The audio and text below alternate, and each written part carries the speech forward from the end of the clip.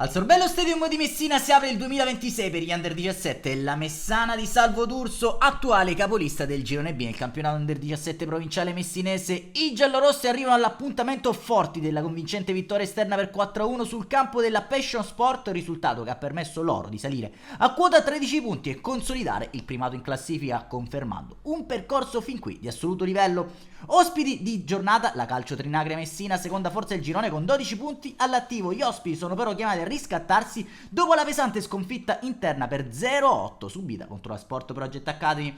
Passiamo al fine della sfida che si apre al quarto con la punizione di Viscuso che si infrange sul legno e ci pensa Mantarro da pochi passi a ribadire in rete per l'immediato vantaggio della Messana, che non è sazia e ci riprova all'ottavo. Lancio lungo di Mutto per l'inserimento di Viscuso che stacca di testa ma centra la traversa al secondo. Legno già all'ottavo. Al 13esimo Fiumara scambia con Viscuso che da posizione defilata salta un uomo, prova il tiro a giro, grande intervento di Raffa che mette in corner.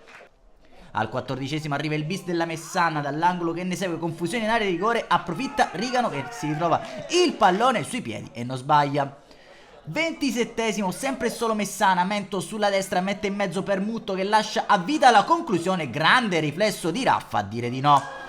Al 34esimo arriva il tris, lancio lungo di Staiti a bucare la difesa ospite e ci arriva Viscuso che salta anche Raffa prima di depositare nella porta ormai sguarnita il pallone del 3-0.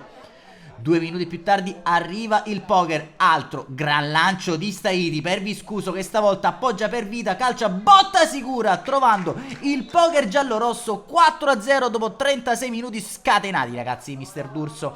Mette il naso fuori la Trinacria nel minuto 38, recupero palla e contropiede, Lo Presti serve in profondità di Vania che si presenta davanti a Falcone ma spara alto. Al 41esimo ancora Di Viania, questa volta da calcio piazzato beffa Falcone, tutt'altro che preciso nell'uscita. Tramonta così sul parziale 4-1 in favore della Messana. La prima frazione di gioco inizia con un doppio cambio, la ripresa per i locali, dentro Lombardo e Agati dopo 6 minuti dal rientro in campo delle formazioni. Messana che però continua ad attaccare a sprombattuto. Al 56esimo lancio lungo per Vita che tenta il pallonetto ma centra il palo, e il terzo di giornata per i ragazzi di Mister Salvo D'Urso. 3 minuti più tardi tocca a Villari, Lanzo e Marino fare il loro ingresso in campo. Minuto 67, punizione di Viscuso messa in corner da Raffa, tra i migliori dei suoi quest'oggi. 2 minuti più tardi c'è spazio anche per Cerri tra le fila giallorosse. Al 75esimo punizione perfetta di Lo Presti che si infila all'angolino lasciando di sasso il neoentrato Villari, accorcia le distanze. La Trinacria all'80esimo pallone allontanato sui piedi di Staiti che ci prova di prima intenzione, sfera che sorvola la trasversale dei pali. 1 minuto più tardi Buongiorno lancia in profondità Martinez che entra in area di rigore e calcia. Villari riesce però a deviare con l'ausilio del palo, evita guai peggiori alla propria porta. 85esimo sfera per Lombardo che avanza fino al limite dell'area di rigore, ci prova Raffa però si allunga e mette in corner.